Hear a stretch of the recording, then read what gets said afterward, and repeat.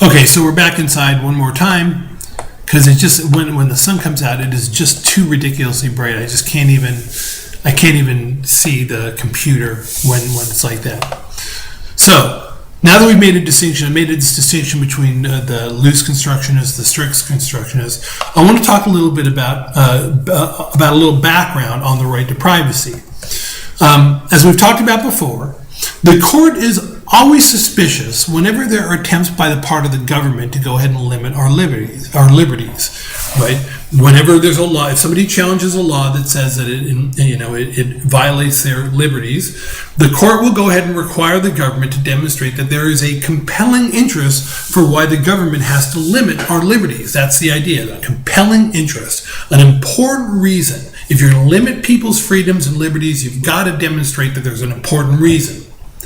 And so some of this is pretty obvious. What is the compelling interest?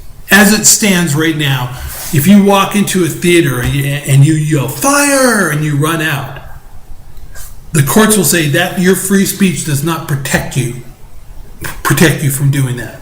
In other words, you can be charged with a crime. If you go ahead and you run into a theater, yell fire, and people start stampeding out and get hurt, you can be charged with a crime. And if you said, hey, but I have freedom of speech, I can say what I want, they would say, no, we can limit that speech. We have a compelling interest. We have an important reason, the protection of the safety of the people in the theater. There are laws against trying to incite people to riot. Even though it limits your freedom of speech, nonetheless, they'll say, yeah, but you know what? We're doing this. There's a compelling reason. We want to keep public order. So the government goes ahead, and if it wants to limit your freedom of speech, it's got to demonstrate an important reason why. So in 1965, there's this really famous case, Griswold versus Connecticut. And in Griswold versus Connecticut, what Connecticut did is it passed a law that banned the use of contraceptives in Connecticut.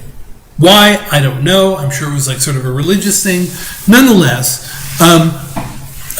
Griswold appealed the case, and it finally got up to the Supreme Court, and the Supreme Court overturned the law.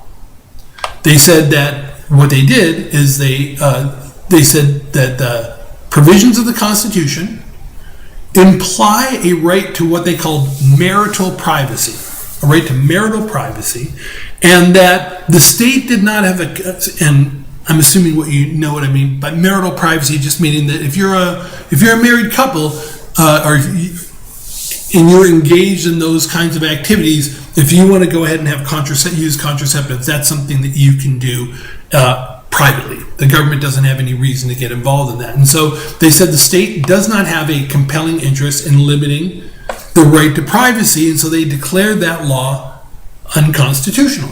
Okay? That's the way that works. The state passes a law that says you can't use contraceptives. The courts say, you're limiting people's liberties here, and so we're going to declare it unconstitutional because there's no compelling interest. There's no important reason why you need to go ahead and declare this law unconstitutional.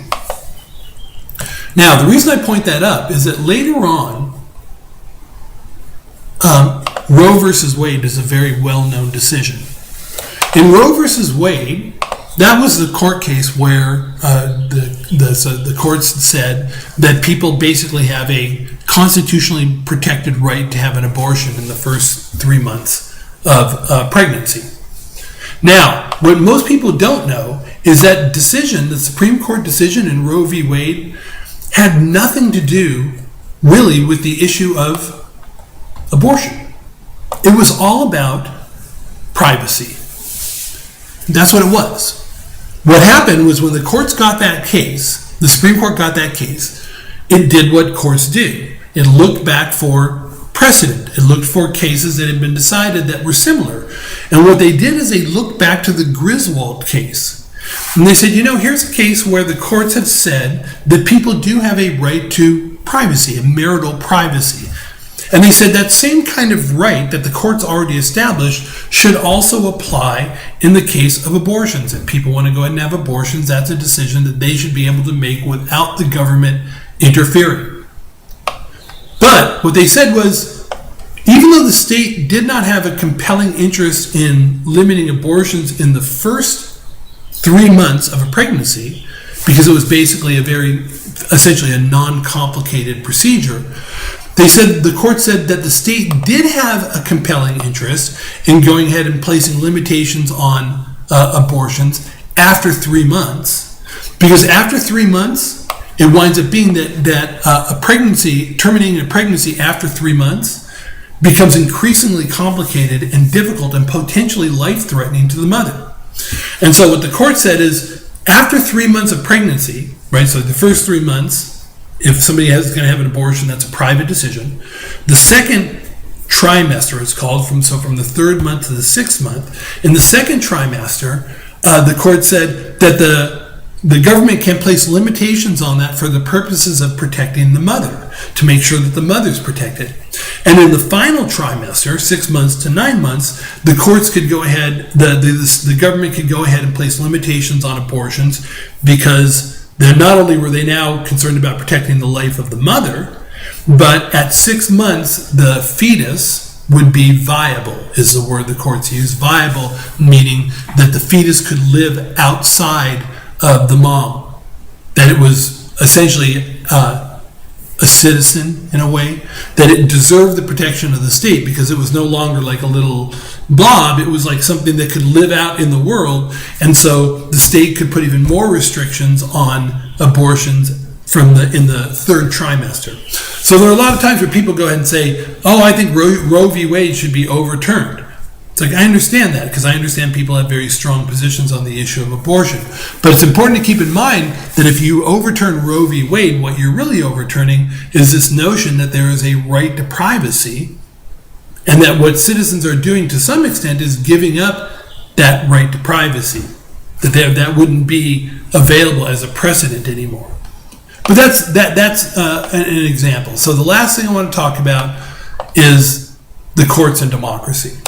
And it's important to keep in mind that the founders essentially attended the courts to be non-democratic. I mean, they're not democratic. Nobody gets elected to them, right? And then once they get elected, they serve for life. So it's not like you have to run for re-election at any point in time. So there's no electoral accountability. You can totally piss off voters. And other than going ahead and getting yourself impeached, you're basically protected. There's really nothing the voters can do. And on top of that, not only do you have to not run for re-election, but you get a lifetime appointment. It's not like you only have like 7 years and then you're done. You get a lifetime appointment. So there was no intention on the part of the framers to have the courts be democratic in any kind of realistic way. They're not democratic. They're not supposed to be democratic. That's sort of their strength, is that they can't get voted on. And their decisions are not supposed to reflect public opinion or public will, what people want, or even what people want when they've had time to think about things. That's not what it was about. The courts are supposed to be independent of public opinion. Now, there have been times when the courts have acted as an impediment to change. They've made it more difficult for progress to happen. They've declared some laws unconstitutional, even though they had widespread support. The flag burning amendments. Most Americans support the idea that you should not be able to burn an American flag. And they've declared those unconstitutional. In some cases, like in Plessy versus Ferguson, they went ahead and they said separate but equal. They made it more possible for the government to go ahead and treat blacks and whites differently, and gave them this separate but equal doctrine to kind of hide behind. But there have also been times when the courts have been a vanguard for change. They've been the ones leading the way. I mean, Brown versus Board of Education is an example of that, whereas Plessy versus Ferguson sort of held back progress towards equality among the races. Brown versus Board of Education completely reversed that and advanced it tremendously. So here you have this institution, the courts, that isn't particularly democratic. It's certainly not designed to be democratic, but yet it still goes ahead and has had a sort of favorable impact on democracy. And I think that's really interesting. As a political scientist, I think that's really interesting, that what you can have sometimes is a non-democratic institution that somehow produces democratic results. Okay, so that finishes our lecture on the judiciary. fill out